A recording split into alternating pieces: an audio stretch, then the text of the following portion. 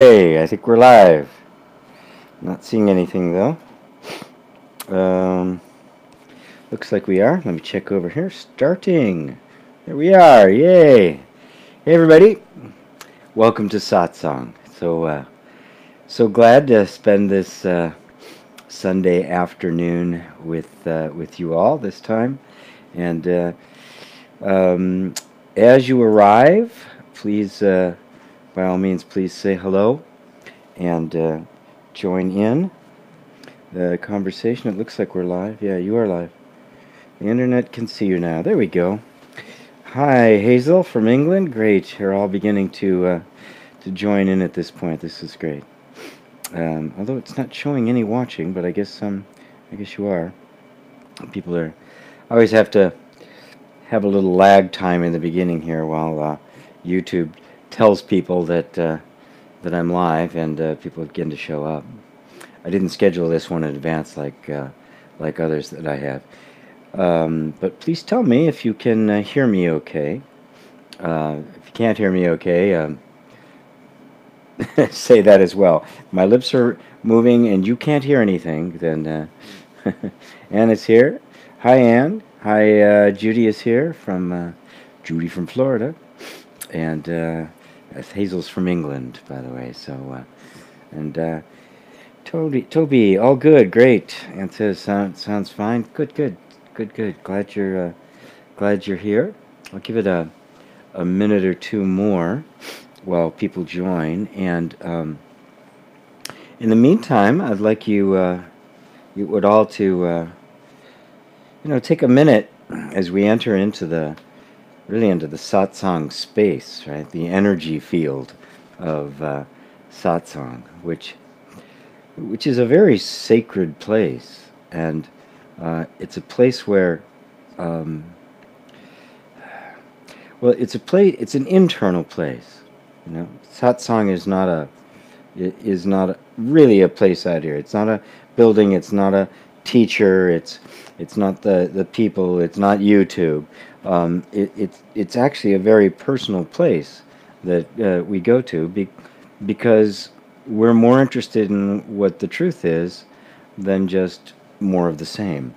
And when I say the truth, I'm not talking about somebody's idea about what's true. I'm talking about that which is absolutely true to you, and create an environment where you can question a lot of the things that you believe to be true and find out if they really are.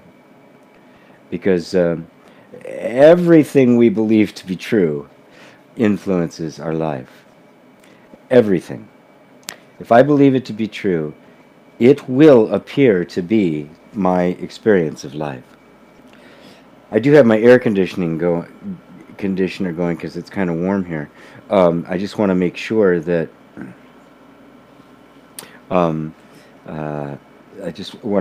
you guys can hear me over the air conditioner. Otherwise, I will turn it off, even though it's hot in here, and it gets even hotter because I've got lights around me. So please let me know if it's okay. Hi, puppy.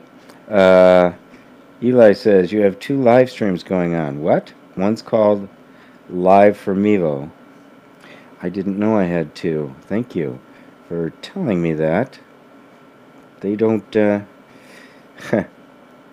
just gave me the one button here, the one live from Mevo, and it should say Satsang with G on it. But I'll check my my channel to make sure. Technology.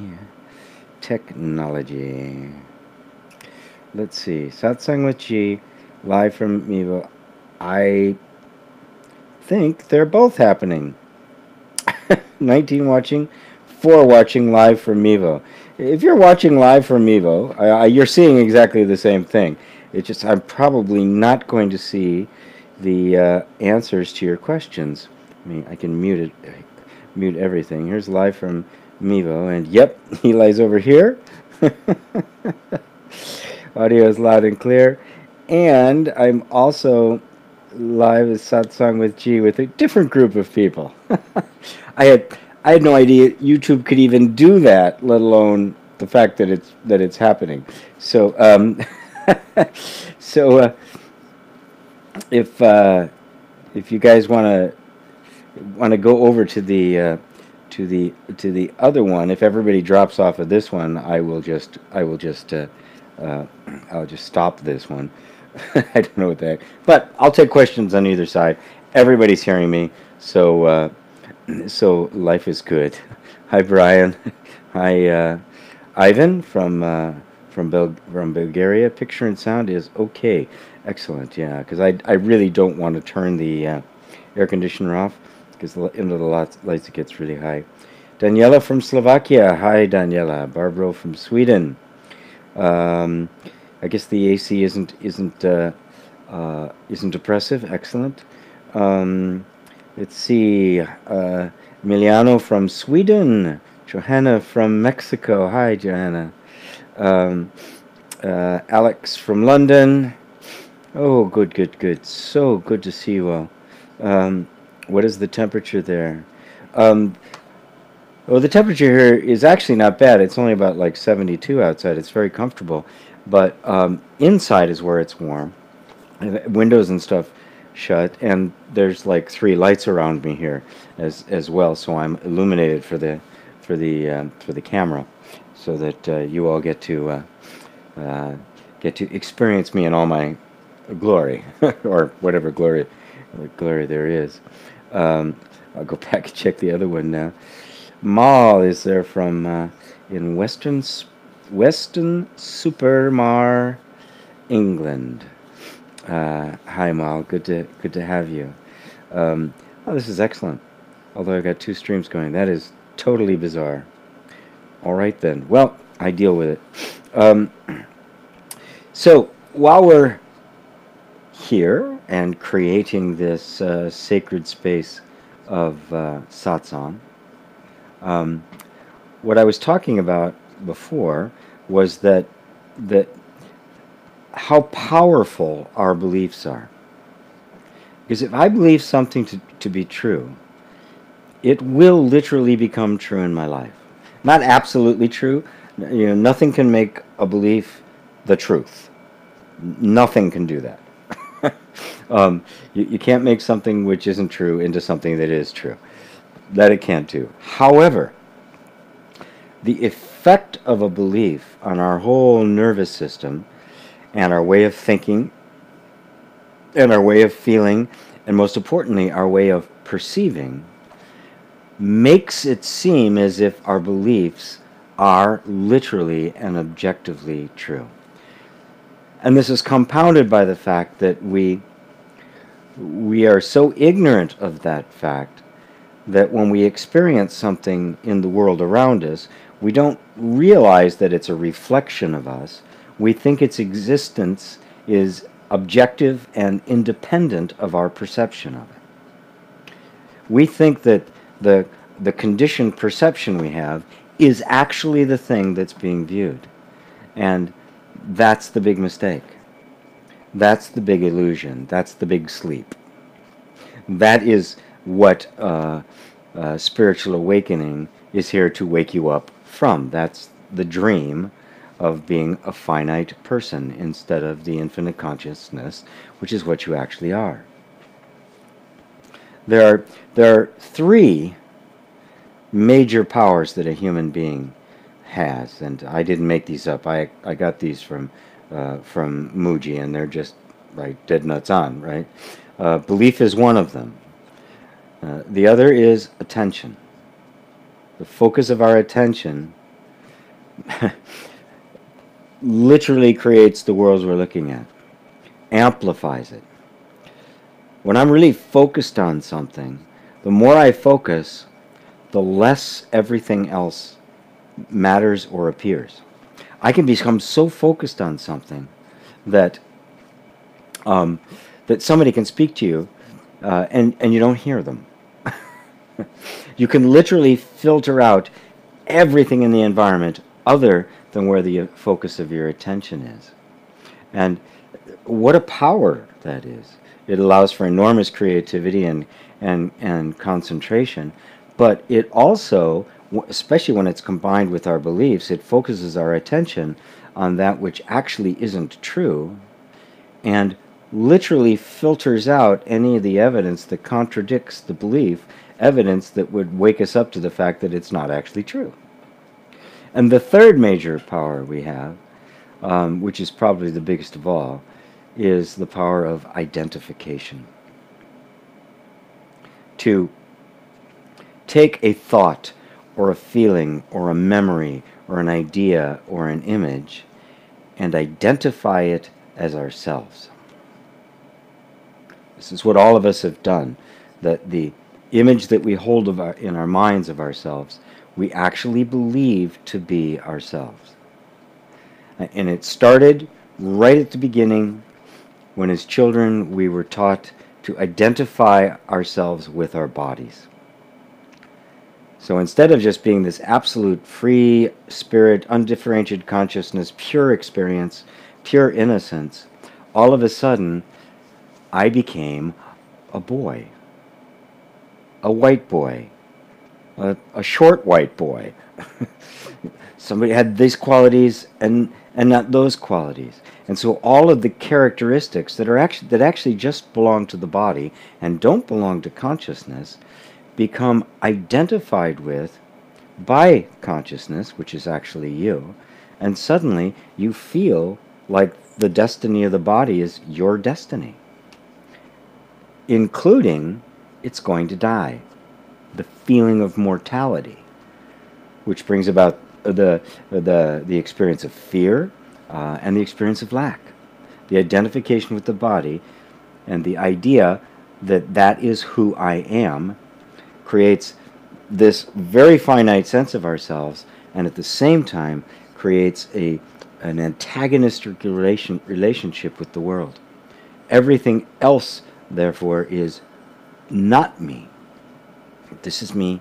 Everything else is not me. And all of our defensive mechanism, everything revolves around that. So these are very powerful things to ponder. Our power of belief, our power of attention, and our power of identification. Because the sum total of everything you experience is made of that. Which is why in the Satsang means communing with truth. We want to know if our beliefs are true, if we're giving our attention to the truth, and if we're identified with the truth. That's what Satsang is about. Are my beliefs true? Is my attention going to towards what is true? And am I identified with what's true? Because if you are on the path to full awakening. But this is the practice. This is what we have to engage ourselves in. And it simply starts by taking a step back, actually seeing if you can go back to before the identification with the body took place. There was simply an awareness of being that was not identified with anything. Pure experience.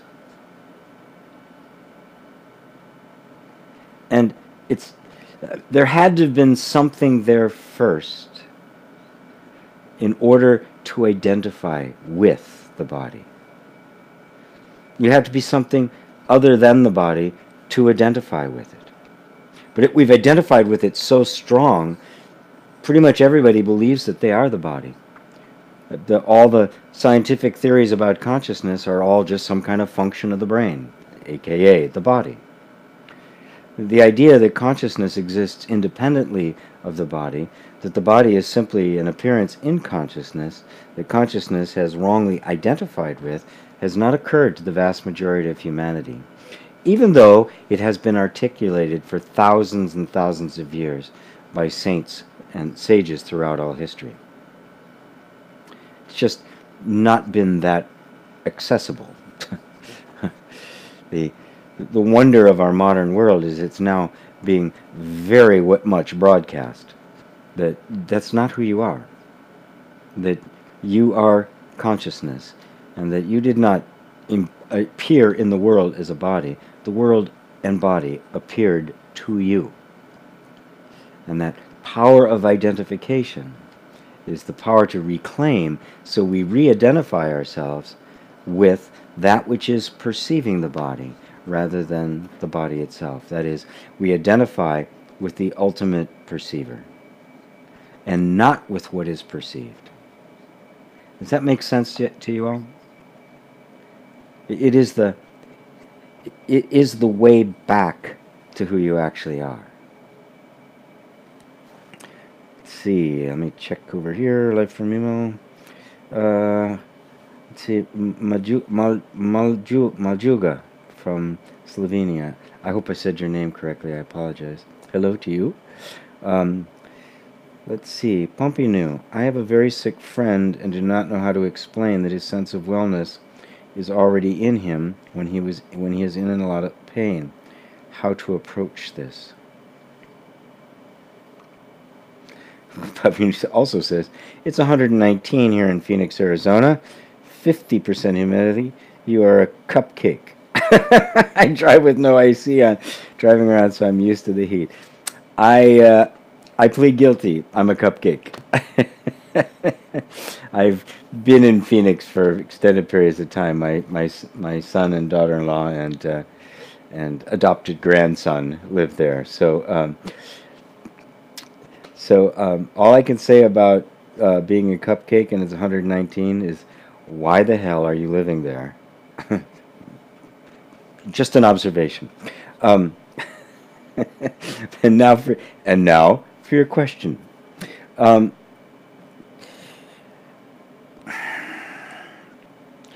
I truly hesitate to give advice as to how to explain the sense of wellness being internal to somebody who's in pain in a general setting. I can't tell you how to do it. I don't know how I would do it. I know that if I was with somebody that was in that circumstance, my number one mission would be to alleviate that pain in whatever way I possibly could. And if that meant just rubbing their back or their neck or their feet, that's what I would do. And not worry about trying to get them into a spiritual perspective. Even though I know it's true and I know that it would help them, oftentimes to attempt to do that to people who are in a lot of pain can be interpreted as actually being dismissive of their pain. It's like you're making less of them, and a lot of people will feel is that, well, you mean I caused this? I brought this on myself? You know, a lot of the law of attraction stuff has done that to folks, and of course that increases the suffering rather than decreases it, doesn't it?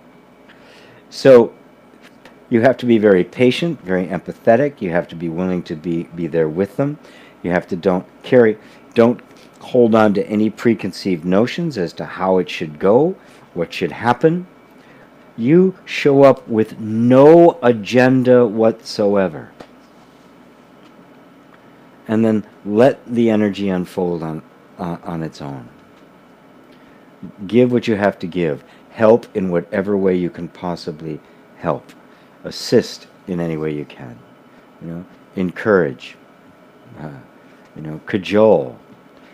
Just whatever it is that you can do, just do that. That's what it means to be really present. You're not being present in order to get some kind of result to give them some kind of an insight.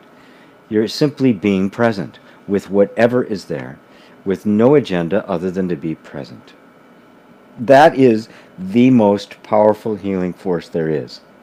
And if you do that, the opportunity to take them to a deeper level which will give them greater relief may present itself, but it may not. It's not up to you. There's a much bigger power at work here than just our own minds trying to switch their beliefs or get some insight in there. There's a much greater thing at work here, and you have to work with that energy. You need to work with the Tao. You are showing up as a comforter, as a peacemaker, but you're not the one directing this show. So that would be my advice to you. That's what I would do. I couldn't have any preconceived notions as to what I was going to find in there. I don't know.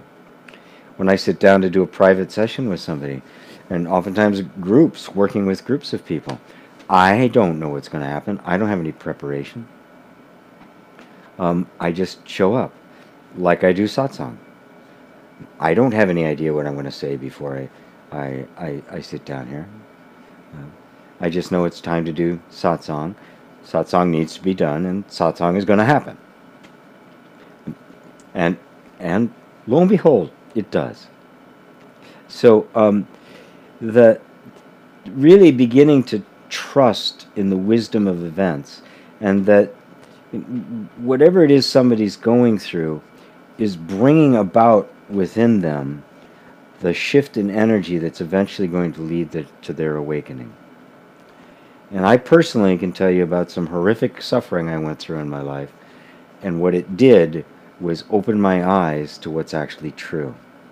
So don't be quick to think you need to change it or fix it or do anything to it whatsoever. Just show up, and you will make the maximum amount of impact. I hope that helps you. The Chosen One says, GP, how to become a millionaire so I can be convinced that it won't bring me permanent happiness. I don't know. You know, you can follow all the rules and things that people tell you to do, and just visualize, being a millionaire and see what happens. I know for a fact that most people try to do that. They're so attached to being a millionaire that the feeling of not being a millionaire causes them so much suffering that's all they reproduce, and it never actually works. I want to be a millionaire, and then let go of it. Just let that energy do whatever it wants, and not care whether you are or not. Right? So you might not be ever get to the point where you have so much money, and then you can determine that this really isn't going to make me happy. But what you can do right now is at least work on the opposite if you're not a millionaire, and that is that I can be happy without being one. So I think a wiser way to work is to say, how about being happy in exactly the circumstances I'm in right now? Because that's really what it's about. Whether it be a millionaire or a thousandaire or a billionaire, right? We're looking for a circumstance that's not here now in order to experience something. But all that means is that we have an argument, a disagreement with what's happening now. There's something inside of us that's saying, this should be different. I would seriously question that voice. Who's saying that what's happening now shouldn't be happening? Really, what is the authority on which that thought is presenting itself and you're believing it? Remember, you're believing it. I mean, any thought can present itself, right? Any salesman can show up and try to sell you something, but ultimately you have to buy, right? Or not. Any thought can show up and ask to be taken in as believed. Right? I don't know why all the thoughts show up that they do, but they do. Okay, fine. I still always have the final say as to whether I'm going to believe it or not. So, the real question is there really anything wrong with right now? Except the story I have that it's supposed to be different. Now that's something you don't have to wait till you're a millionaire to check out to see if it's true. You can do it right now. Can I be happy now, in exactly the circumstances I'm in right now? That would at least answer half your question. And then if the millionaire thing happens and you find out, great. But I highly suspect that if you find out you can be happy right now, that you're going to realize that having $1 million or not having $1 million is totally irrelevant. And I think your question was partially facetious, but I thought it was worth answering anyway, so thank you for that. It's very funny. Papi Nu says, I can see that I'm drowning in MVTWs? Me versus the world. Right. Scenes, which is like identifying with the body. Have no clue how to release the body and stop the drowning. Answer on my friend with pain. Really good. Oh, you're very, very welcome. Um, we are all drowning in me versus the world, right? But the thing is, the me versus the world is only happening in your mind. You're convinced that there really is me and this world that I'm struggling with. Okay, I don't have to. I don't have to completely disidentify you with the body and show you that the world doesn't exist independently of my. Forget all of that. The conflict is you and your current circumstances, the current situation you are in life. Forget the whole world and the universe and all that. Just me versus the circumstances happening in my life right now. And there'd be no verses without this underlying constant belief that things are supposed to be different than they are. And we never challenge that. We never challenge that thought. Is that thought really true? Is the universe completely screwed up and everything that's happening now shouldn't be? What's more likely? That the universe is functioning perfectly and I'm misperceiving it, or I'm seeing it clearly and the universe is all messed up? Which is more likely to be delusional? I think you're probably all going to agree with me that it's way easier for our minds to decide this shouldn't be this way, which is really to say, I don't like it, I want to be different. And underneath that is this unhappiness, this discontent. But the discontent is caused by our conflict with what is, our conflict with the way things are. That's it. That is the entire source of unhappiness and suffering. That things should not be the way they are. I want things to be different than the way they are. Buddha said there were three types of desires that create suffering. Desire to get something that you don't have, the desire to get rid of something that you do have, and the desire to become something other than what you are.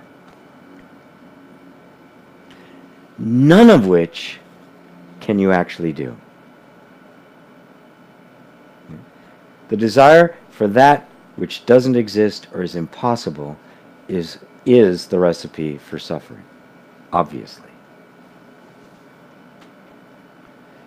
It is always our disagreement with this present moment that is the culprit.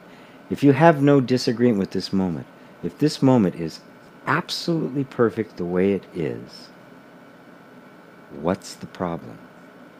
You can see the problem just disappears. Because the problem isn't in life. It is in our mind's disagreement with life. All the desires have done, have set up. The problem isn't even the fact that we have desires. We want to grow and evolve and expand and experience more.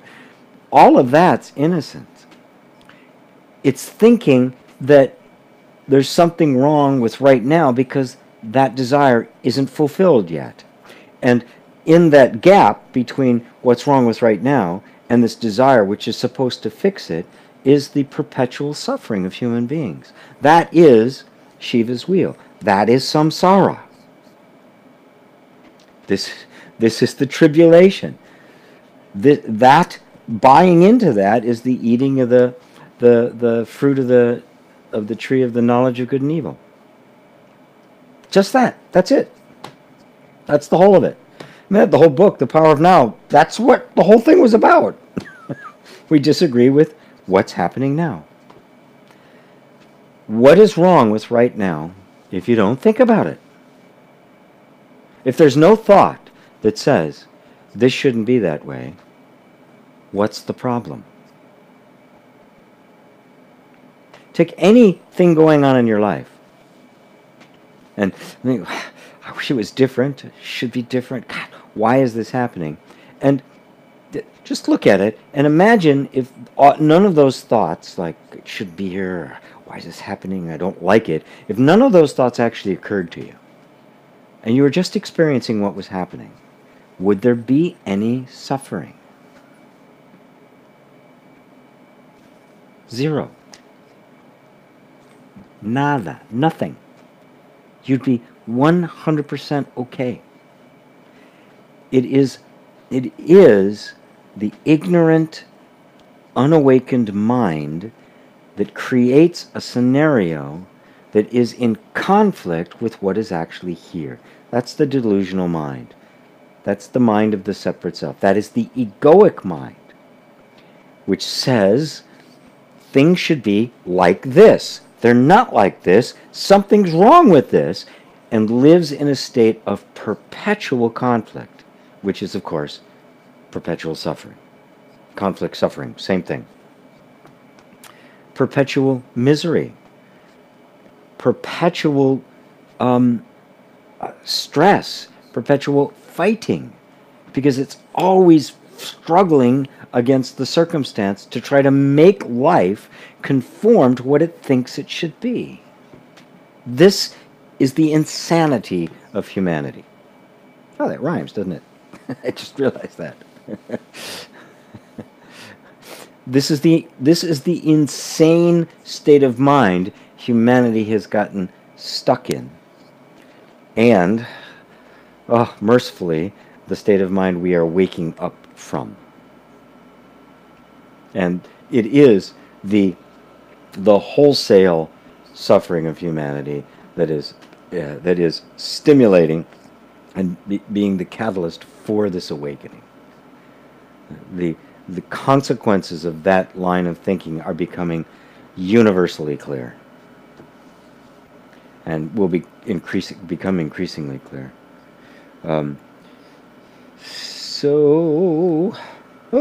Gotta scroll back a little bit here. Thanks, G. I'll remember you if I become one, though. Please do.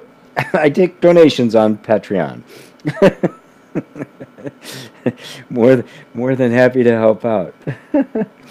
But really, when I'm in a state of meditation and allowing, being present, amazing things tend to happen. Yes, they do.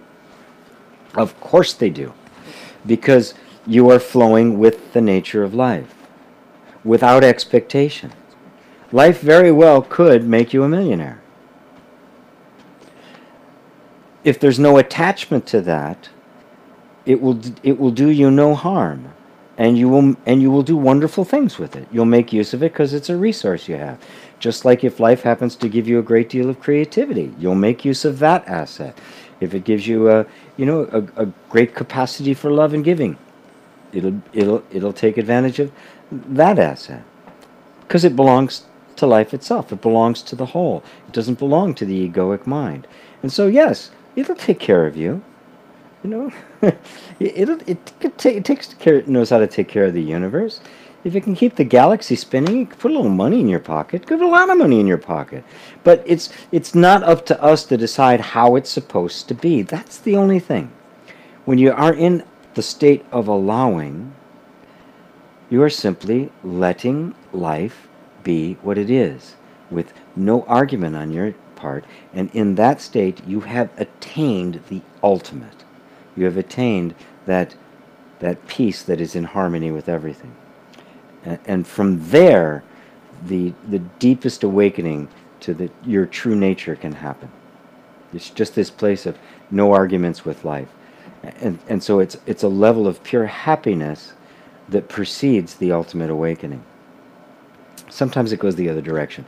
Sometimes the awakening takes place, and it takes a while to get to the happiness. Because one way or another, this dependence on circumstances, this argument going on with life that's happening in the mind and also happening in the whole nervous system, has to dissolve, and that natural harmony and sense of unity emerge. Maluga, I think, how to see all things part of me and not separate. Not just see, but understand. Ah, it's beautiful. Um,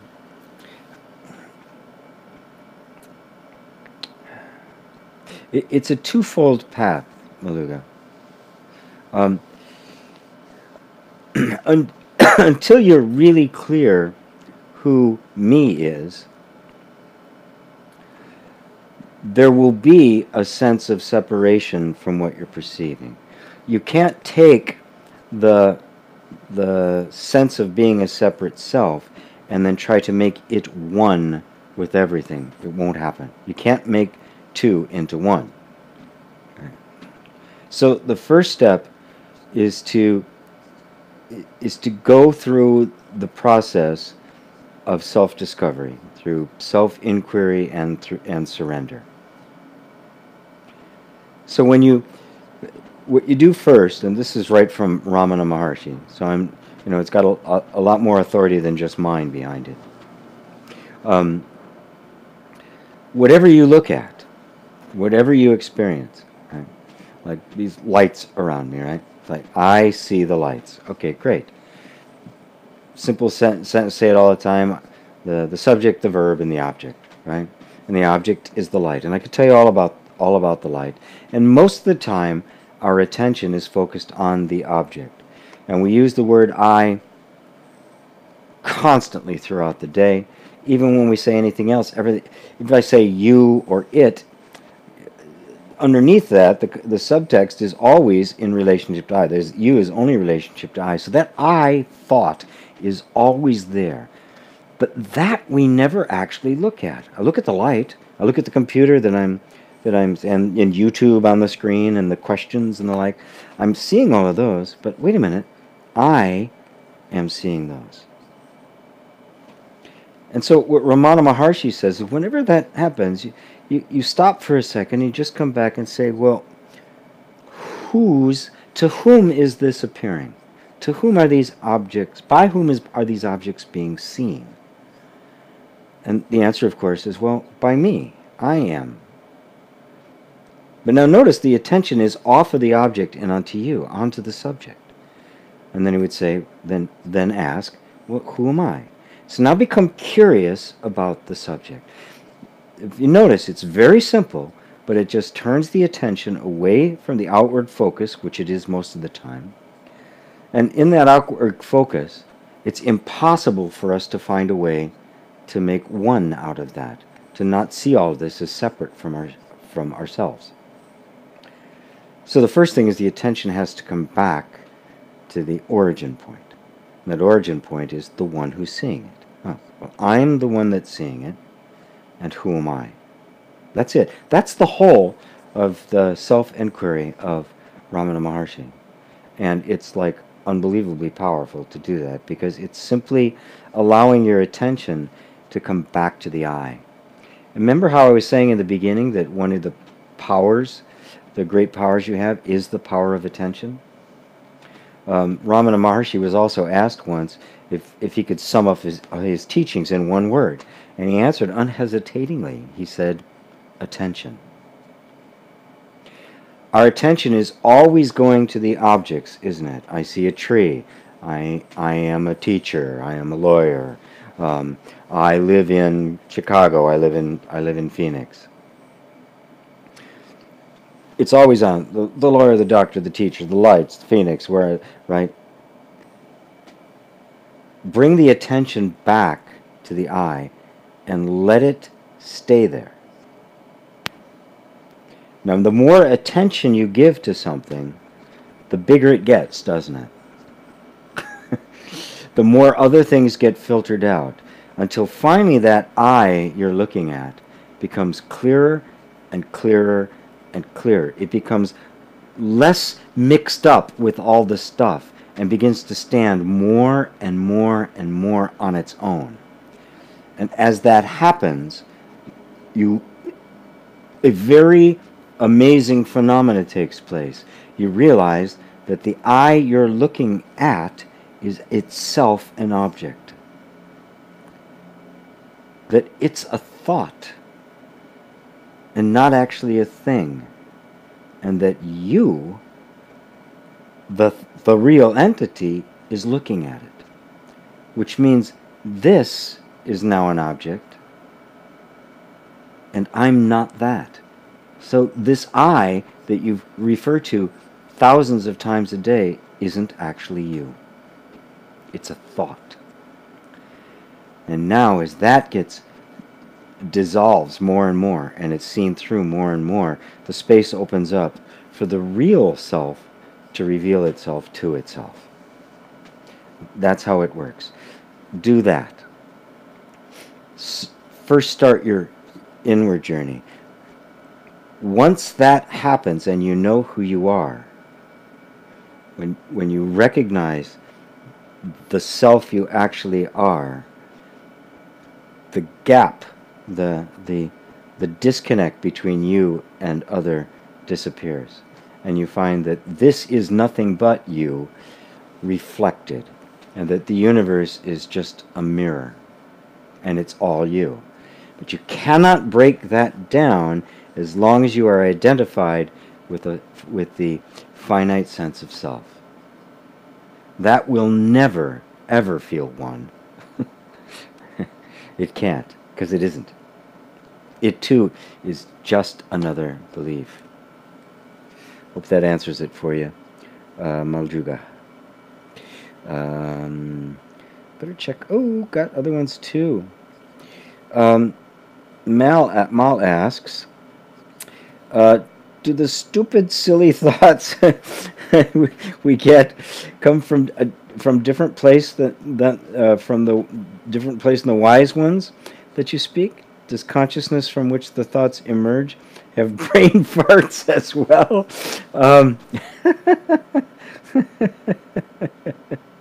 That's really good. That's very funny.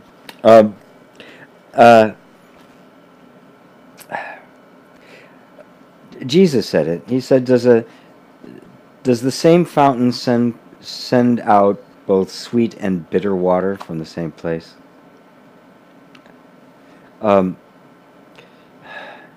It's a subtle one, Hazel. Because everything emerges from consciousness. So in fact, the stupid thought, the consciousness brain fart, as it were, emerges from exactly the same place as the wise thought does. It's simply referring back to something else. The wise thought refers to the true nature of consciousness. The stupid thought refers to the misunderstanding or the illusion of consciousness as a separate entity, otherwise known as the egoic mind. So look at what the thought is referencing, and you'll find, and you'll get, and you'll begin to see what's actually playing out. Now, obviously, it's all playing out in consciousness, isn't it? Consciousness is aware of the stupid thought and the wise thought. Consciousness clearly identifies the stupid thought as a stupid thought and the wise thought as a wise thought. Which means that consciousness is actually beyond both. It is more subtle and more unchanging than what we would regard as wisdom or as stupidity. And then we see that even wisdom and stupidity are two sides really of the same coin. They are also relative to one another, and wisdom wouldn't be known as wisdom without stupidity, and stupidity wouldn't be known without wisdom. Delusion, wisdom. Delusion and enlightenment. And we see that even those are part of the subtle play of duality, and that the reality of you is beyond all of it, is beyond description, is beyond what can be said, can be uttered. The Tao that can be spoken is not the true Tao. It's the first verse, the first words in the Tao Te Ching. And it's true. It's what sees wisdom as wisdom. It's what sees stupidity as stupidity. It's what recognizes that. It's so subtle. It's more subtle than space because it can recognize space. It can recognize silence. So it's even beyond silence. It is beyond the beyond. That's what that's what's meant in the mantra in the Heart Sutra, that the mantra that ends the Heart Sutra, gate gate padagate padasangate bodhisvaha, which means gone, gone, gone beyond, gone totally beyond. Hallelujah. Enlightenment. Totally beyond. But it's so self-evident. Is there not something that recognizes wisdom and stupidity? Well, it must be more subtle and more unified and more indescribable than both of those. Because when you get to the ultimate oneness, how do you describe it? I can only describe wisdom in contrast to stupidity. How do I describe the ultimate one when there's no second? Does that help, Hazel? Or Mal, I'm sorry. It's Mal who said that. I thought it was Hazel. Ah, that was not. Sorry, Mal. That was Mal said that. I hope that helps you. Vicky. Hello, GP. Well, hello, Vicky. On my way from Western Supermare to London, but wanted to tune in regardless as I've listened in for a while. Oh, very good. I'm very glad. Very glad. W says, hey, GP, I'm online when you are live after a long while. I'm online when you are live after a long while. Not quite sure what you mean, W. That you're online when I'm live after a long time?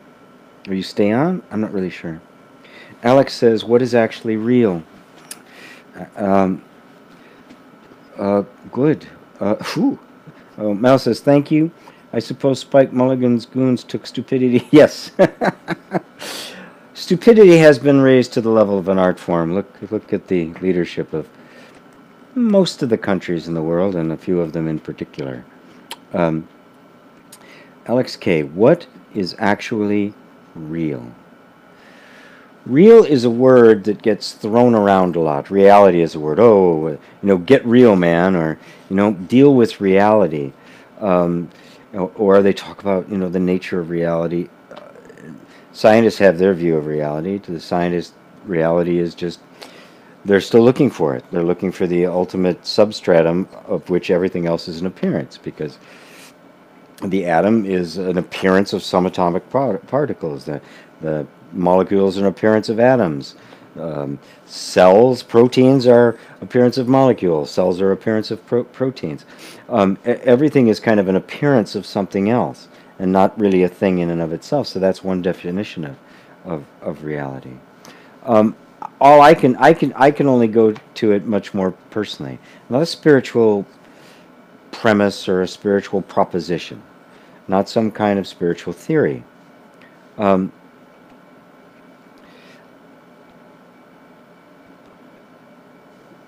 When I think of what is real, I have three qualities that I look for, which is the qualities they look for in Hinduism, right? If it is real, it is changeless, it is timeless or eternal, and it is self-luminous, self-illuminating, which means it doesn't need reference to anything else to be true. So it's everywhere and always true. It is changeless. It never stops being true. Doesn't come and go. Ceaseless, timeless, and it is true simply because it is. Not in reference to anything else. It is completely non-absolute truth. Absolutely real. Self-illuminating, self-defined. By that definition, nothing in the phenomenal world is real. Now, that doesn't mean when I say it's not real, it means that you can poke your hand through walls, or or not jump off of a building and not mush yourself on the ground. That's not what I mean. But it's all it's experiential. What I mean is that it is constantly changing. Thought constantly changes. Our views of things and beliefs about things constantly changing. Our bodies constantly changing.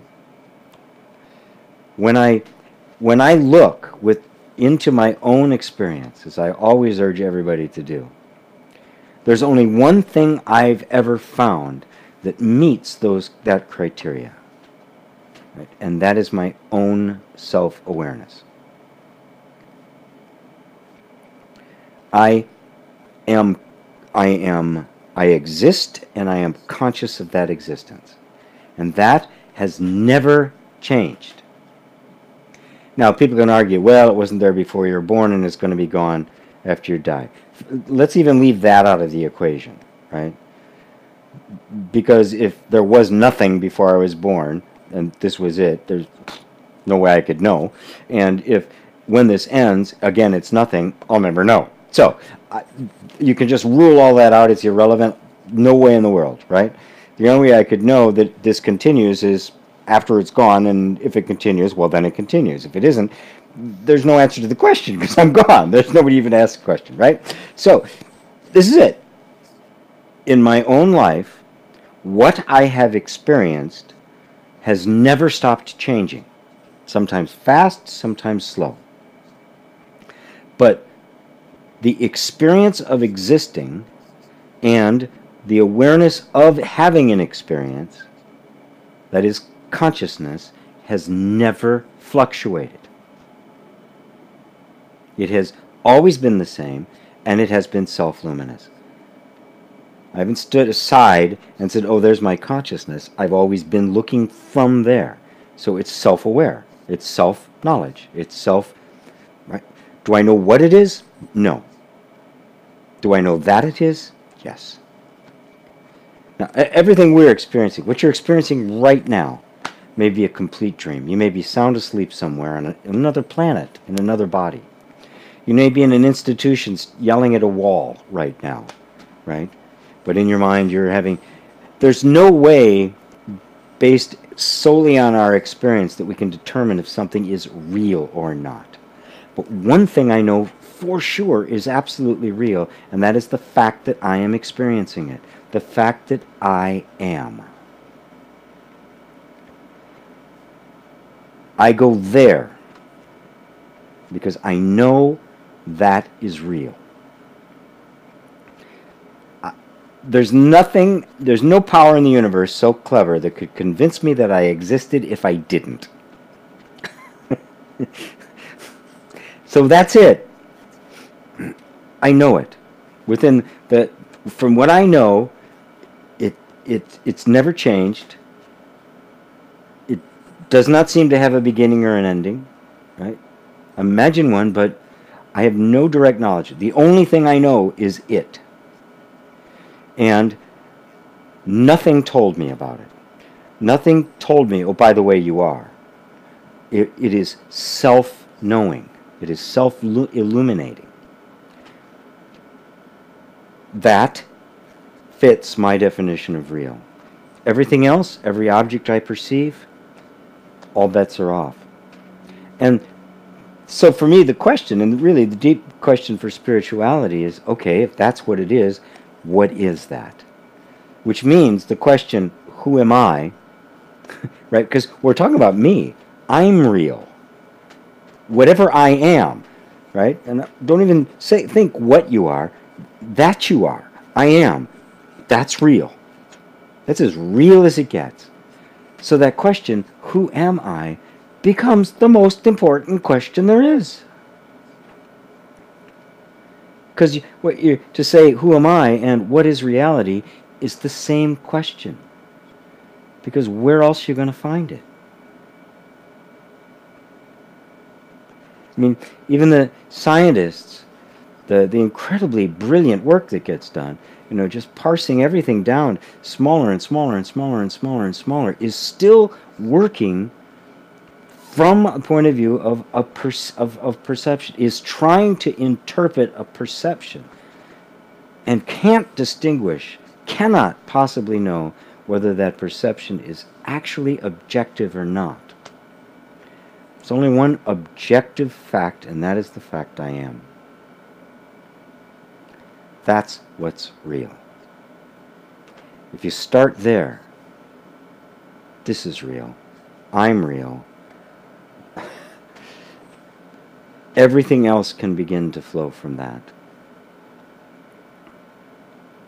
Doesn't mean that all the stuff that's going around, that's coming and going, doesn't have meaning. Of course it does, but that meaning isn't real. That is, it isn't objective, it isn't permanent, it isn't changeless. Right? So, okay, it has some meaning. I like it right now. I may not like it in a day or two, or a week, or a lifetime. That's okay. That's the nature of it. Its nature isn't real, that is, changeless, eternal, self-illuminating. It's always in relative to something else. So all meaning, all purpose, all exist, all form is relative and isn't real. It doesn't have those characteristics. But that which is perceiving them does. That's where I go with it. Hope that works for you, Alex. Chrissy says, hi from New Zealand. Hi, Chrissy. Mel says, oh, I already got that one. Chosen one. Do you think God exists? I know there are other entities, but entity that controls us? I think not. Joseph Campbell made a beautiful statement. He said that God is the ultimate word for the self.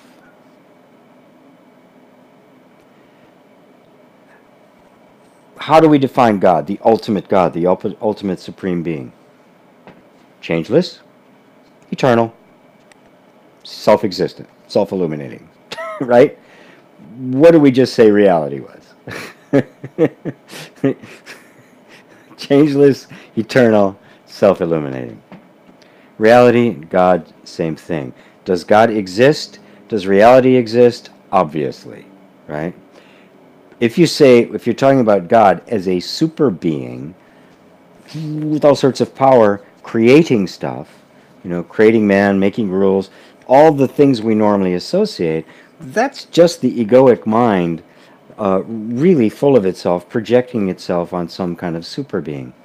And, that's what happens in cultures. That's what it does. It's a very tribal thing. There's not a lot of consciousness in it. That God, no, that God doesn't exist. Once had an atheist telling me, said, yeah, I don't believe in God. And I said, well, neither do I. He said, what? You're spiritual? How could you not believe? It's like, the God you're talking about, I do not believe in. I also don't believe in the God of material processes. I also think that one's full of holes. That's just an assessment, an interpretation of our experience, and is really quite weak. So, if you define God like that, no, I think not as well. I find no evidence of it. I do see evidence of intelligence, of order, of form, but also of impermanence and, I mean, look deep enough. But when you see God as being the characteristics of reality, you say, well, yeah, well, then it works. God, the great I am, the truth, the ultimate, the absolute, they're all words to describe the indescribable, that which is beyond all forms and can't be described. Alex said, thank you for answering the first question. Another is the soul another concept of the ego? If we are all one, why subject ourselves to this? Yeah, for the most part, you could think of the soul as the essence of you, and in that case, it's referring back to the sense of being, right? That's what Ramana Maharshi meant by the spiritual heart. We talked about the heart, everything coming back to the heart. He wasn't talking about boom, boom, boom, boom, boom, boom. He was talking about that essential place, the place from where everything is being seen. So you could say that that is the soul. And I like that word soul because it's very alive. Consciousness can sound heady. It can sound very kind of cold, right, or intellectual. Whereas the soul's got, it's got some life to it. It's got some jazz to it, right? Or the heart, so it's got some love. They're all great words for this very much indescribable, indescribable thing. If you're talking about a soul as a as an individual in the body that goes from lifetime to lifetime to lifetime, it is an ephemeral ego, is all it is. It's the ego trying to imagine itself having a life outside of the body because it's so identified with the body.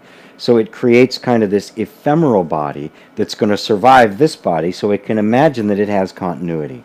When in fact it not only doesn't have continuity, it doesn't have existence. It is totally imaginary.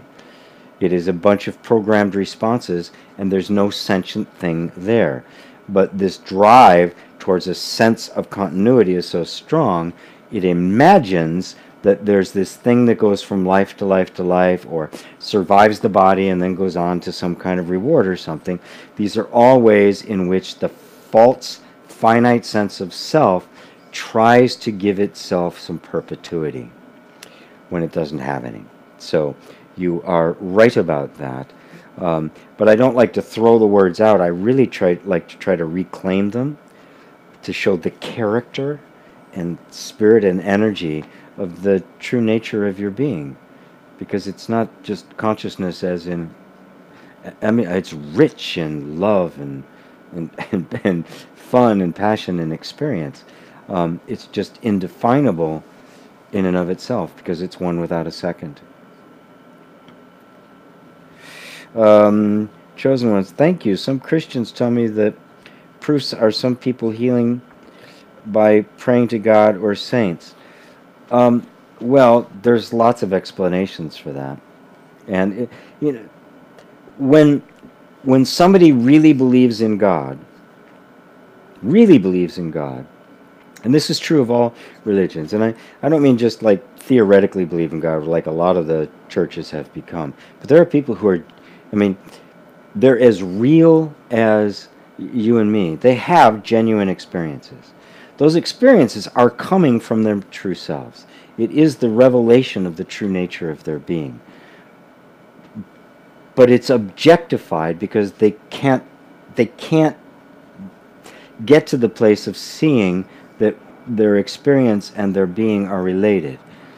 So they're on the path of bhakti. They're on the path of surrender to God. Eventually that path will fold into the path of inquiry, so that in total surrender, you just, God's will is your will, but you're still there. You're not ready to just let go of you yet. Eventually you let go of you, and the total merge, the total becoming one takes place. But there's no rush on that. The path of devotion is a beautiful one, and yes, it works. You pray, it works. It works. I practiced metaphysical prayer for a long time. It works. Right? So nothing wrong with it. It's not, oh, get rid of that, it's a wrong thing. It's not like that. What this kind of inquiry does is bring you to a place where you can see why it works, and that there's actually a deeper place. But it doesn't abandon that. It brings it closer to itself. It brings it to an even deeper insight and a deeper closeness to the very God that they're worshiping. It kind of takes away the last barrier that then allows them to merge with it fully. But about the soul part, I'm pretty sure we have our astral bodies. Well, there's no difference, my friend. When you experience that body, are you not experiencing it? Consciousness isn't a body. As consciousness becomes more and more liberated, that body will seem to be more and more ephemeral, have more and more abilities, more and more power. You are not your body. When you astral project, you are still experiencing that astral projection. Say, I am projecting. Oh, There's a projection. To whom is this projecting appearing? To me. Well, who am I? You'll find that no matter how big the experience is, that remains the same. The experience will change dramatically, but that will remain the same. And so I just have to ask you, is there any difference between an astral body and a soul? Except, some people, they believe in a soul and they say it's like this. You believe in the astral body and you say it's like that. Look at it closely, and more importantly, look at the one who's looking at it. And past lives and future lives, right? What about this life? Yeah, you've had past lives. You haven't entered into a life. You've had many dreams, right? When you were in that dream, everything was real. It was a complete and total experience. Until you woke up out of it and go, oh, it was a dream. The experience of birth, your entire life, all the way to death, is the dream of consciousness. And has multiple dreams. Dream after dream after dream after dream. You do not get born into a world. The world appears to you. You never move. Worlds come and go.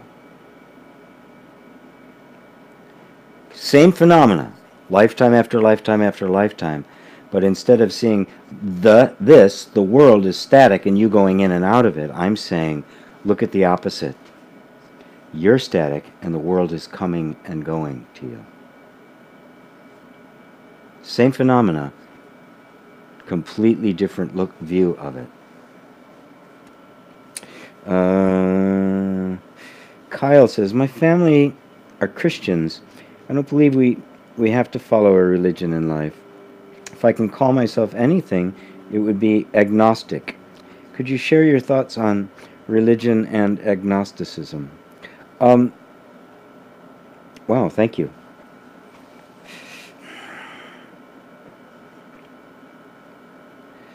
Well, agnosticism has got a lot of different meanings. There was actually an entire, they call the Gnostic texts, and it's a different version of all of the New Testament documents and the like, some of which present very, very different views of Christ and God and the whole story. They're really quite fascinating, and the Church Fathers, 325 AD, decided which of those texts were going to be the official writ, plus edits and stuff they changed to them. And of course, that whole council was formed by the Roman Empire to create Christianity for the Roman Empire as a tool of empire, and it certainly was not a search for truth. So the particular text that became the official canon grew out of that, and the rest of them were discarded. Usually the term religion means these days is that people have subscribed to a particular belief system. I am totally opposed to living a life based on belief,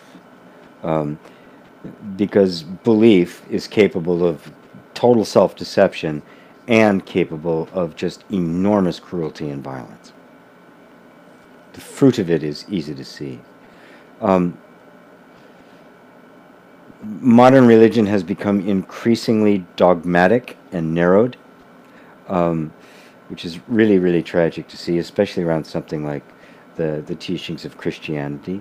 There are many that are very open, New Thought churches and the like, some more of the Reformed churches, but some of them are very dictatorial, that have really kind of resorted back to the old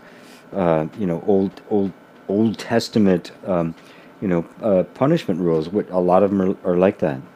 I don't know which ones your family is particularly practicing, but I atheist, agnostic, Christian, Buddhist, to me, it doesn't really matter. What I try to point to is, what do you actually experience on an everyday basis, and what is the nature of that? This is an existential question. The question, who am I? Religion is maybe a predefined answer to that question, but then if that's the case, I say everybody be an atheist throughout all the religions, because the only way it's going to have any meaning is if you discover this answer for yourself, and that's by looking directly into your own experience. One of the big problems with religion is that they don't want you to question it, they want you to believe it. That's what modern religion has become. I subscribe to these beliefs. I believe that, which is the end of investigation. It's the end of creative thought. It's no accident that the modern Christian religions have not produced any great art, great literature, or great music. It is clear that there's a narrowing of focus. They've got a very small vocabulary, the jargon. There's no art. There's nothing articulate. There's no great intellects that have arisen. So it's quite clear that it is a narrowing of human endeavor and not expanding to it. So throw all belief systems out. Right? That's what atheists. Atheists, it's all about the material model, which is fine, but that too is a belief system, and I want to question that as well. So it's always the same to me. Spirituality, if it's for real, is an inner search for the truth, which is the only place we can find it. My definition of reality, right? It's changeless, it's eternal, and it's self-illuminating. There's only one place I find that, and that is the nature of my own consciousness. That is my experience every single day. So I go to there and I go, okay, what's that? Who am I? Who is this that is seeing everything? That's where I go. That's my religion. That's my spiritual practice. That is my that's my mission. It's everything, right? I don't see any alternative to that. Anytime somebody comes along and says, well, this is what it is, I'll go, okay, I'll consider that. And I take it in to the one thing I do know that is. And I see how it fits. I see if it works. And everything I share with you guys has come from there. Everything I share from you is arising out of that, and not out of the stuff that I had learned before. Fortunately, that stuff all just kind of got knocked out of me over the years, until I became more and more willing to just be present with what is. And out of that came the practice of inner reconciliation, which is more of a, which is a way of spiritual inquiry and also a way of personal development and therapy. But it grew out of that, from this place. The questions here give rise to the inquiry into the nature of everything and how people actually work, and how to bring about healing, and how to love, and all of it. So that's my religion. My religion is the unbridled, relentless search for inner truth that is self-recognized. And so I hope that answers your question. Let's see. Back over here. Well, okay. So I got two sides now here that I have to go on here. Sophie says, "Oh wow, chosen one." Okay, with ideas like corrupt demiurge trapping us on Earth, and the event coming to assist our world, how can we vet the info we receive? There's only one way you can vet the info you receive, and that's you have to find some place to put a stake in the ground, and you have to trust your own experience. Simple. So I go to the one thing that's absolutely undeniable. That is my existence. I could be completely deluded about everything else, but I can't be deluded about that, so that's where I go. From there is where I begin to work my way back out again. And from there I discover that everything in the world is relative to everything else. And so there are no fixed rules, there are no fixed stuff. And of course that's what the world is just trying to do, establish fixed rules, trying to make you be something, conform to some kind of standard. And of course we don't want to do it, and it makes for nothing but conflict and the like. But I can clearly see that they're not really true. But at the same time, we need rules of convention, rules of engagement, ways to make a civilization happen. Maybe humanity as a whole will wake up enough that we can establish some decent rules that work for all of us. Maybe we won't. I don't know. But I know that what's coming to deliver us is the awakening to the solid reality of your actual being and its unchangingness, which awakens us to the nature of all of us as that, and therefore nothing in the world is fixed, nothing is absolute truth, and anything can be adjusted, which allows for the emergence of the value system of love, mutuality, taking care of each other, sharing of resources. All of that can be open. Love can actually become. Heaven can come down to earth. It can come because we know who we are. It can't come if we don't, because we'll always be arguing for some position and fighting for it and fighting over our imaginary scarce resources when there is no scarcity. So I hope that answers your question there. I had to get to Sophie here. Hello, GP. My grandmother passed away by the sea 2 weeks ago. I feel in shock. Please speak of heartbreak and pain through the ego to being. Thank you. Well, I remember when your grandmother recovered well enough that she could actually travel to the sea, which was your desire, that she be by the sea, she not be in a home somewhere. It's by the sea with you. What a great place to be able to make the transition. The essence of who everyone we love is never lost. It is not in the form. The form gives expression to it, but the being that is your grandmother was no more in that body than the song is in the radio. The song isn't in your MP3 player. You know, the radio is a better example because it's being broadcast from someplace else. It's simply being presented here. It's being manifested here. It's appearing here. That isn't what it is. And when the radio breaks, yeah, we can't hear the music in the same way. But the effect of that song still reverberates inside of us. The presence isn't knowable in the way that we're used to.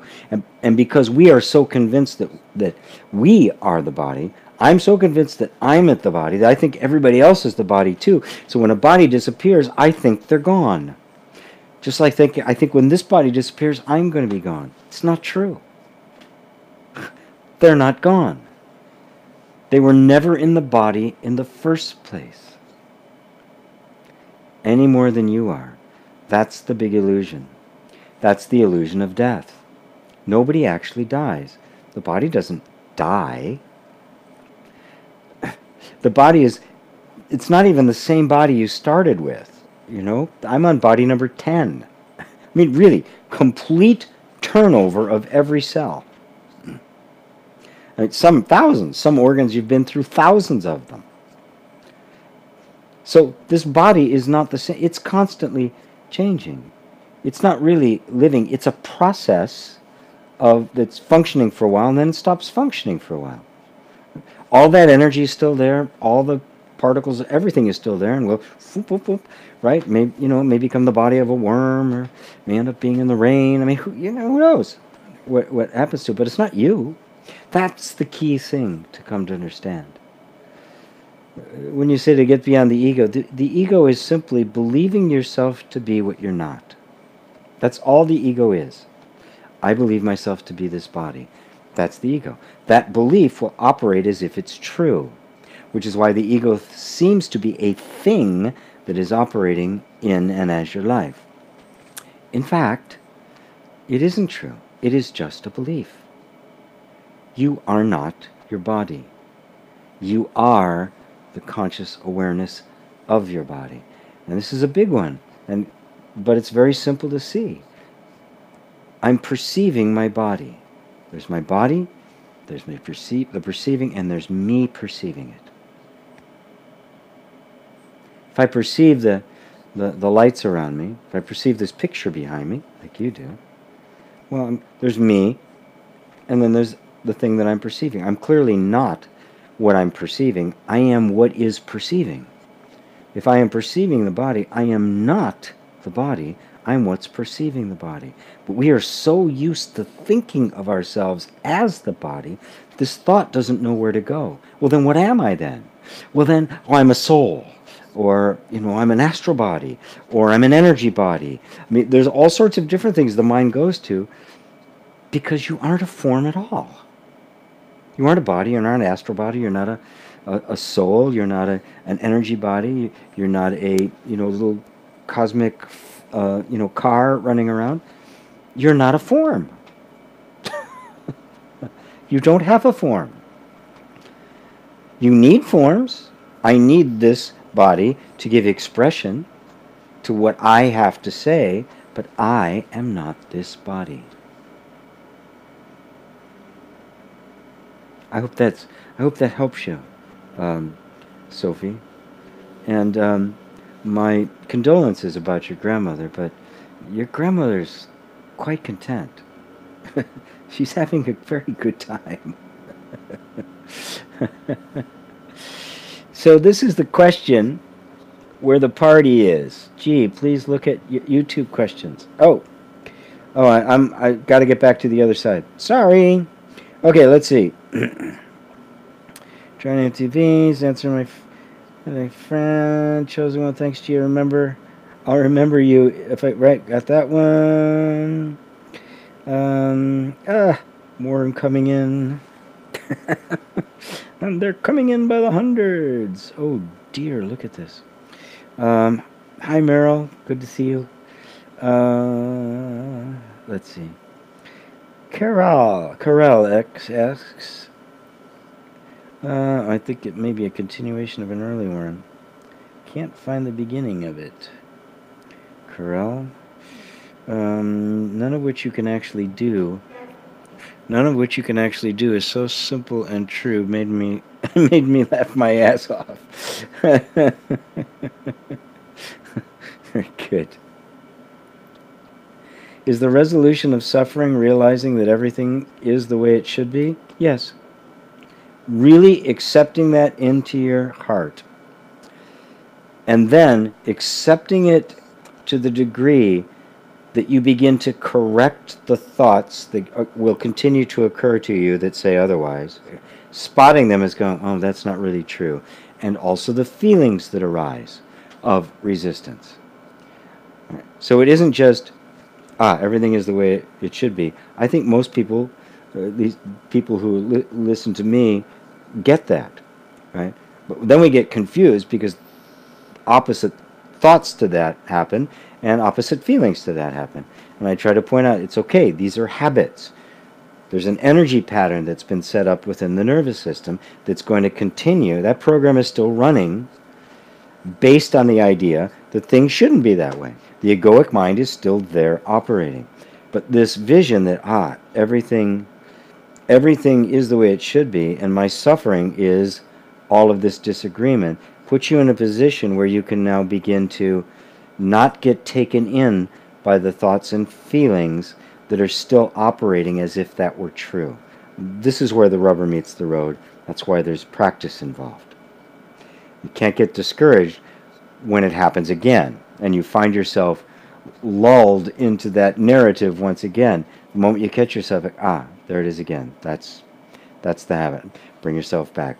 Eventually, you won't be getting sucked in as deeply and as often, and those voices will begin to become increasingly quiet. Okay. Let's see, Melinda. how do we know when we accept instead of trying to change? And when do we turn on the AC because the lights are too hot for us? um, let's put it this way. The light's too hot. I have AC. I turned it on. I asked everybody if it was disturbing, if it was too loud and disturbing. People said no. I said, great, I can leave it on, right? If I didn't have the AC, I would still do this, right? And I would not let myself suffer about it. I'd have to change my shirt afterwards, right? Because I'd be all sweaty. I may have to change my clothes. I have to take a shower if I get sweaty enough, right? But there's no resistance to it. Yeah, it's available. You know, if I'm thirsty, have a drink of water, right? To allow doesn't mean we are always supposed to ignore our preferences. But every day brings up preferences and opportunities to have or not have them. How we respond to not having them, to things not going according to our preferences, is allowing. I'm just going to, oh, okay, there it is. I would prefer it to be this way. It's not. I will align myself with what is happening. Because if I allow myself with, I'm not getting my preference, I really need it. With I need to have air conditioning. What's the matter? What do they make, these people? What do they say? It's too loud. I can become a real curmudgeon about it. Boom, I've just created suffering. I say, oh, okay. I don't have that. All right. I'll be with it what it is. If it's uncomfortable, okay. This is what discomfort feels like. I have no problem with discomfort. Right? So then you're simply allowing. This isn't about, you know, a stoic, ascetic life.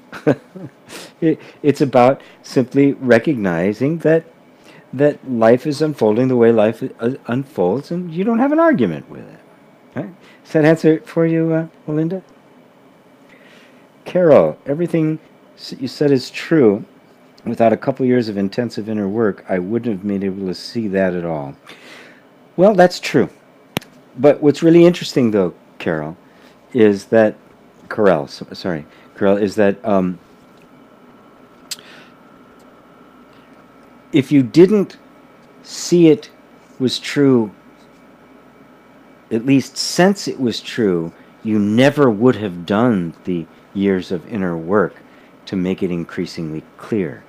So that actual inkling of it being true wasn't a result of the work, it was the inspiration for it. The work has allowed that to become deeper, more permeate more of the system, expand and mature you, right? But there had to have been a spontaneous, natural insight that made you be willing to do any of it in the first place, to even pick up that first self-help book or listen to that first guru speak or turn on one of my videos or anybody's videos for that matter. Something got you to do it, held your attention, and said inside, you know, this is worth it. This is a direction I want to go. So it isn't about the work then gets inspired because you realize the potential for freedom. And you become more and more willing to pay the price to get that freedom. So, Manx Mix, which is Hazel. In the past, I've always left where I was to go to the next place to live, work. But a few weeks ago, it became clear that it was time to move on. And I've been resisting this insight. Good. I would encourage you then to dive into the resistance. The lesson for this moment in your life is not whether to move on or not, but to be aware of the internal resistance, because there's a conflict there. And you may find that there's a part of you who wants to move on. There's another part of you that, I don't want to move on anymore. I want to settle somewhere. That voice is equally valid, right? And so now it's time to step into the role of the peacemaker, not take sides between one or the other, and reconcile those two until finally the right next step for you unfolds. And I have no idea what it's going to be. Could be another place. Could be another place that's the last place. Could be this place. Could be something you hadn't even thought about before. So I don't see resistance as the something to be gotten rid of. I see it as a call to look closer. Anne says, what point of view that ego, what point of view of that ego is here to embrace life and use senses to enjoy and play and have fun, and if honor, embrace it and bring it on board to assist us, first resist it. Right, okay. The ego is not a thing. The ego is not here to embrace life. You are. You are here to embrace life. You're the consciousness. The ego is made out of the sense of me that's here to embrace life.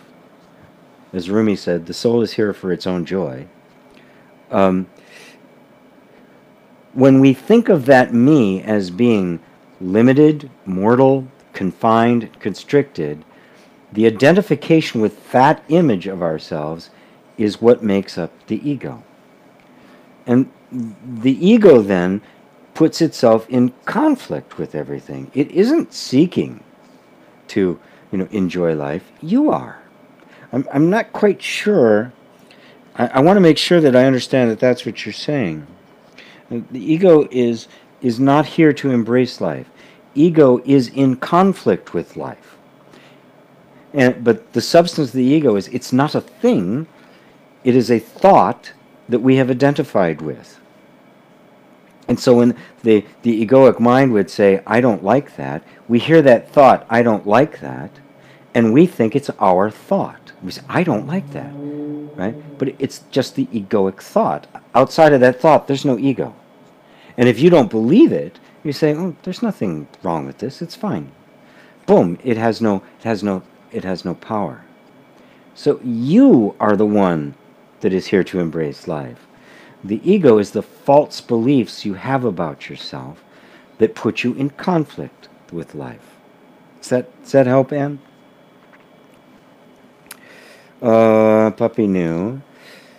Is believing that things should be different an activity of the robot, struggling to stay in the safe zone? Does the robot create all the suffering? Yeah, the robot is a term I coined to illustrate the fact that the ego was not a self-aware entity, that it was nothing but a bunch of programmed responses. And what makes it seem like it's a self-aware entity is that you, who are a self-aware entity, have projected yourself onto that set of programmed responses, and made it into something that appears to be functioning independently of you. You say, my ego did this, when there's nothing there to do anything independently of you. So I thought the robot was a good name for that. And so, yes, the robot is simply the conditioning that all of us experienced and how it goes automatically, right? It is in opposition to life. We were conditioned to resist, to be in opposition to life, to say, this is good, that's bad, I should be this way, I shouldn't be that way. That's all the conditioning. And that sets up the opposition to what's actually happening. And that opposition is the source of suffering. That's the only source of suffering. That conflict with what is the source of suffering. And it is nothing but a bunch of programmed responses. So the conditioned, like any computer, like any just programmed system, it's going to just keep doing the same thing until it's reprogrammed. So we could say that it's struggling to maintain the same position. But remember, there's no entity that's struggling. There's a pattern that's put in place, that it's in place because at one point it was successful at keeping you safe, and it's just in this groove. And so you could say it's resisting me, but there's nothing there resisting. This is just the way it is. I mean, you could say the same thing if you're trying to hold a car and you're on a hill and you're under the car. You could say the car was resisting you. No, it's just headed in the direction it was designed to head. Okay? So, unlike the car, we just want to get out of its way. In this case, we simply go more deeply into the environment that created the conditioning, namely a sense of not being safe, and we create an environment of safety. That inner environment of safety naturally notifies the program that this program isn't needed anymore, and it begins to change. That's the approach of inner reconciliation. It doesn't try to reprogram you. It creates a different environment, and the natural functioning of the nervous system to respond to the environment will do just that. And when the environment is no longer dangerous, it will start creating behaviors that are more expressive and free. If the environment's dangerous, it becomes more defensive and withdrawn.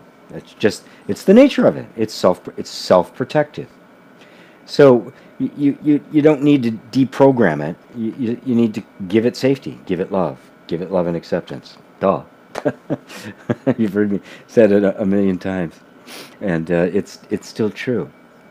Love is the environment in which everything responds. Defenses come down, and the natural tendency towards love and acceptance and creativity and success and all of that just happens very naturally. What's the time getting to be here? Whoa, 5:37. Okay. We've got assists. Let's see if we got any more. We are running down. GP. Hi, GP from Dominican. Hi. Is there an end to spiritual search? There sure is. In fact, I just showed it to you.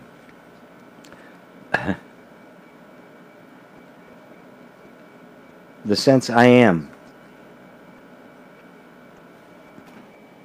Does it take you anything to get in touch with the sense that you exist? Now, don't confuse that with the question, what am I, what is it, or who am I and all that. Just, am I? Do I have a sense of existence? Well, that's it. That's the object of the spiritual search. That's the end of the search. That's you, isn't it? This is where you're looking from. So you found you, right? So now it's not about finding yourself, it's about self-discovery now. Well, who am I then? And that's a process of little by little, all the things you believed yourself to be, they begin to fall apart. But that's not the same as feeling like you're on a search. It feels more like you're uncovering a treasure that you've always known is there. And now the journey itself becomes the destination, as it's become cliche to say, because it really is.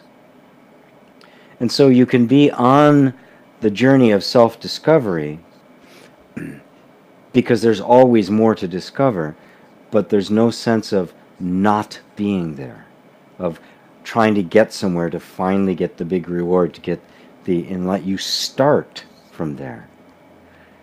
And then you let that unfold itself in increasingly deep and meaningful and intimate personal ways for you. I hope that answers it for you, Juan. Toby Beers, yes, Mevo, whatever that is streaming. Mevo is the name of a camera we have that we use for live streaming. I'm not sure why I did that. I'll do it differently next time.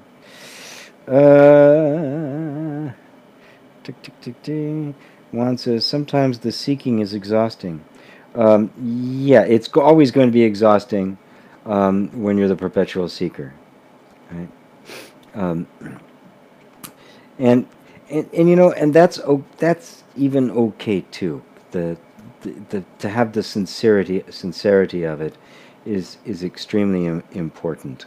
Um, but I'm leading you back to what is, right? That's actually what you're searching for.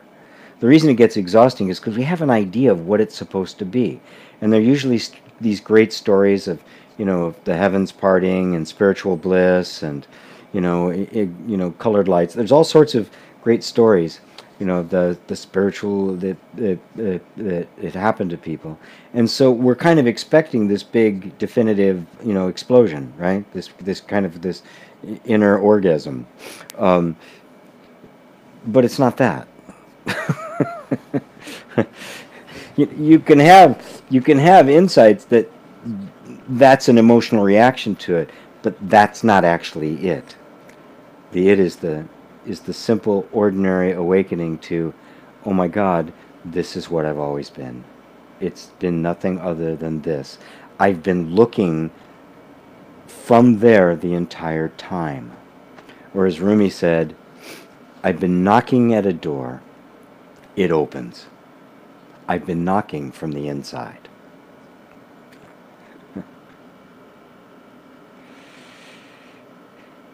Juan says, the desire to feel at home. Yes. Yeah. You are that home. Turn your attention towards the one who is aware even of the seeking, because that is what you are actually seeking. That's how you find that it's been me all the time. Hidden in plain sight. Nice chimes. Oh yeah, that's a when a text comes in from a special friend. Eli, can you talk about jealousy? Well, sure. Yeah. When you think you don't have something and somebody else does and you want it, you're jealous. Right? Discover that everything you think others have that you don't, you actually do. And that you're projecting it on them. And there's something inside of you that for whatever reason has told you you can't have that, or shouldn't, or it's not allowed, or you're not good enough, or it's not possible. Right? That's what jealousy comes from. The essence of jealousy is the deep desire to discover an internal capacity or quality in us that somehow we have disowned. We see it in somebody else and we want it. Now the dark side, the immature way is being jealous of them. They have it and I don't. The mature way is to go, oh, I'm seeing a quality in them that I actually want for myself. I can't go grab them and take it out of them. So being jealous of them makes no sense. It just, the degree of jealousy makes me realize how important this is to me. So I turn my attention then. Okay, do I not have this quality? Is there a quality that I really want that I don't have? There's no way to get? And now the attention goes off of them and onto you. It goes off of the feeling towards them and onto the quality that you're actually seeking. And then when you start looking for that quality within yourself, you begin to find all the various programmed responses of the robot that say you can't have it, you should have it. All the reason why and how you became disowning of a quality, and the only reason you want it is because you actually have it. And sometimes a projection of judgment or jealousy on others is the way the energy system tries to reconnect with what it actually has but can't express, because it's been disowned. It's been thrown in the basement. We've not been allowed to have access to it. So it's actually a useful thing. Just turn your attention from that to what quality it is, and then seek to discover that quality within yourself. And in the process, you'll discover all the reasons why it got disowned, and eventually all of those will just begin to fade away, and you'll find that the quality in you is what saw the quality in them, but now you'll find it here. So give ego, love creates safety, so you can let it go. Yes. Yeah, love creates the safety, and the the ego is the belief that we're not safe. It's an embodiment of the belief that we're not safe. Replace it with love, and the ego doesn't really exist anymore. There's nothing. There's nothing but love. Alessandra says hello from Monterey. Hello, Alessandra. All right, I got to check the other one here. um, we're trying to, as I start to bring it to a close. So I am going to start winding it down here a bit. It's going on, what, 5:45 now? Yeah, 5:45. Kyle says, it's sad to me they cannot see religion as based on belief. I wish I could get them to see the deeper truth of it. Thank you, G. I wish I could too. Our world would be a whole lot better off, and of course that's what I do all day, every day, is try to do that. But you know, the best way to do it is just through your life. You know, is it sad that they can't see that? Well, yeah, I wish they could see more, but like I've always said, everything I've experienced in my life, including my own ignorance and darkness and stuff I cling to, beliefs I cling to, eventually led me to the deeper truth. And not only led me to the deeper truth, but led me to a truth that was deeply compassionate about where I came from and all of those that are still there. So I feel for them, which makes my heart energy available to them. And I can be infinitely patient, waiting, like truth had to be with me, had to be infinitely patient, waiting for there to be a crack that the light could get in and I could begin to wake up. The crack will come for them as well. On the surface, it may look like it's suffering, but don't be afraid of that. Suffering is what breaks down the walls. It's the suffering that makes you go, I think there's a better way. It's suffering that gets consciousness to turn its attention on that steady stream of ignorant thoughts that are creating it, and eventually finds the solution within.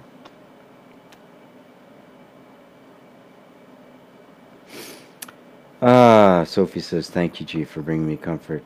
Thank you, Sophie.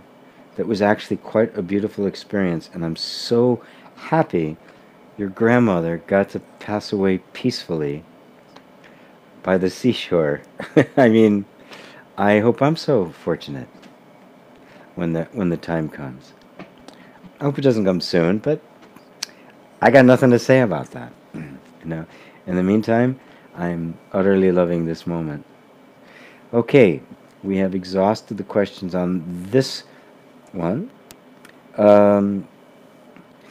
Narcman says, do you recommend past life regression therapy for a troubled teenager? Depends on the teenager.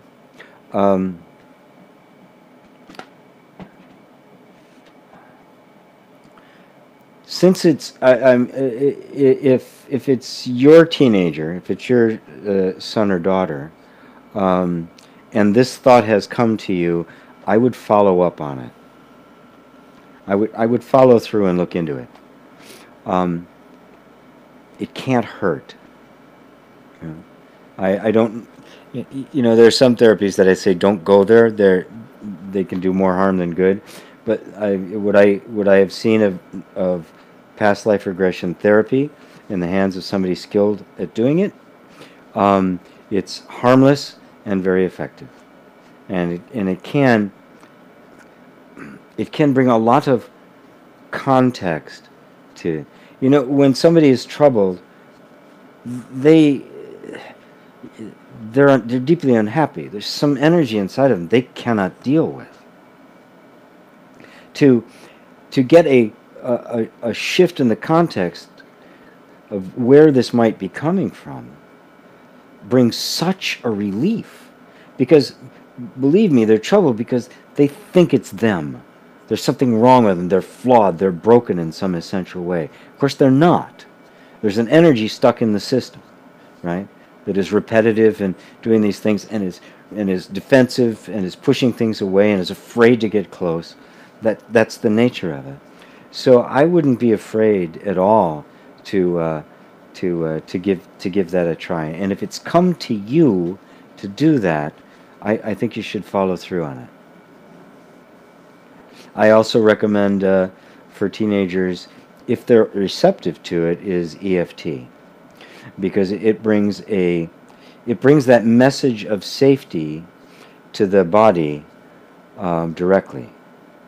It communicates safety through touch, and when the body gets this message of safety, it really introduces a very different energy into the environment, and the nervous system, which is very much in a defensive position and feeling guilty about it and condemnatory position, suddenly is experiencing something it hadn't felt before, and that's the feeling of safety.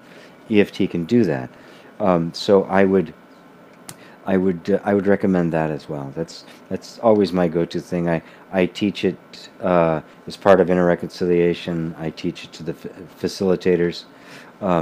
It's how to use it in a therapeutic setting, because it's a very, very simple and powerful tool, and everybody feels it.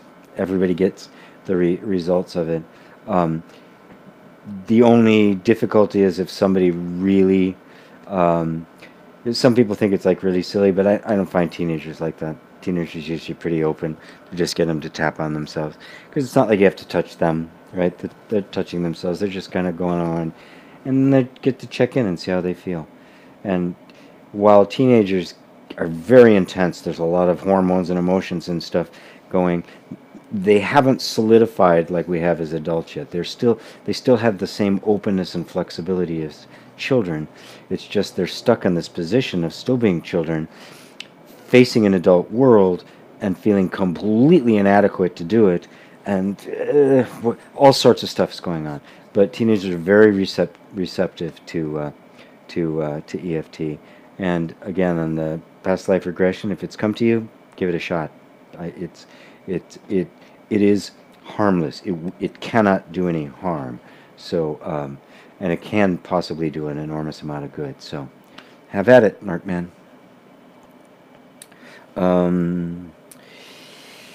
Melinda says, beautiful, thank you. Oh, you're welcome. What are the harmful therapies according to you? Oh, I stay away from the things that are purely analytical and in the head. Things that try to invoke abreactions and the like, basically reliving traumas.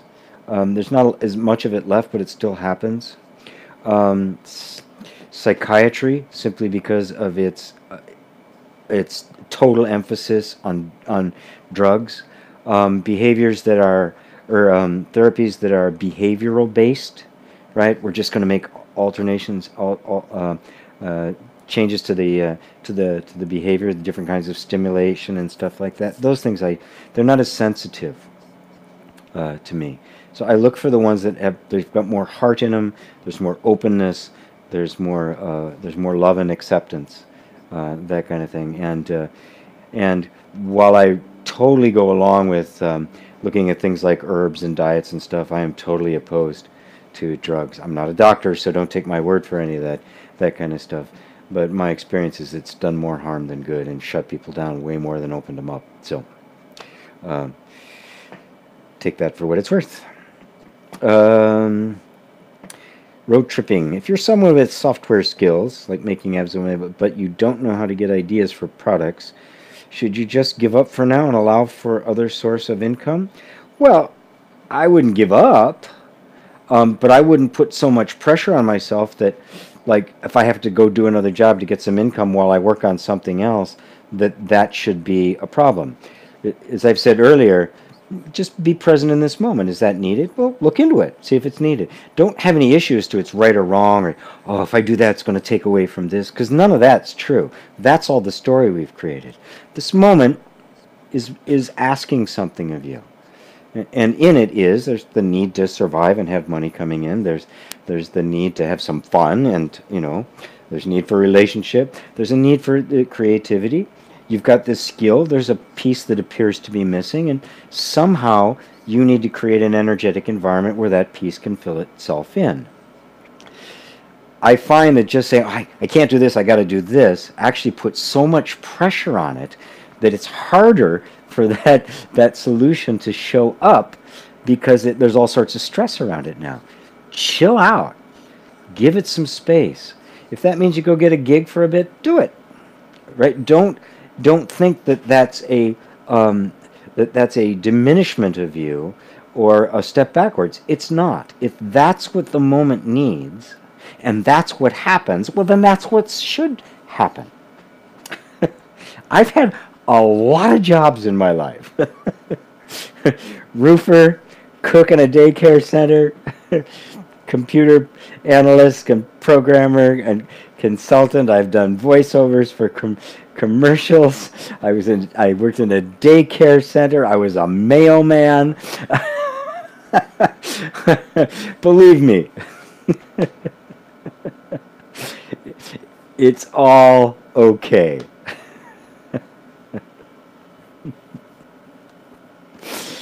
Road Trip, he says, makes sense. I'm looking for a job to alleviate that stress. Yeah, of course. Take the pressure. There's no indignity in that. There's nothing lost in that. That's all here. You can't lose that. It's not your life's work. It's a tact. It's a tactic. It's a what's the word for it? A strategic tactile. No, not tactile. That's I can't remember that word now. But it's a tactic that you have to take. Okay, I got to do this right now. Okay, fine. I'm going to do it. Just have no issues with life. This is the way life's unfolding. This is the way it needs to unfold. Right? And in that process, you're gonna grow, you're gonna expand, you're gonna open, your creativity is going to be different, the world's going to look different. The entire environment in which this is happening is going to change, and it affects everything.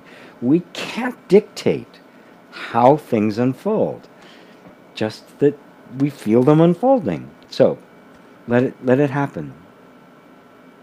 Rocher says, thank you. Thank you, GP. You're welcome. You're very welcome. All right. We're done on that side. Are we done on the other side? Yes. Yes, we are. All right. You guys are having mercy on me, I can tell. Because, it's almost 6? Yeah, it's almost 6. And, but I thank you all for being here. As always, I thank you for the wonderful questions. The quality of the questions I get is always just so endearing to me. And your willingness to go with me, beyond just a functional, structural change into something more existential and deep within us. Because really, folks, it's about happiness right now. Not happiness in the future, not happiness after a bunch of conditions have been met, but happiness right now. And it's immediately accessible the moment we drop our argument with what is. It's that simple. Thank you all. See you next week. I love you. Namaste.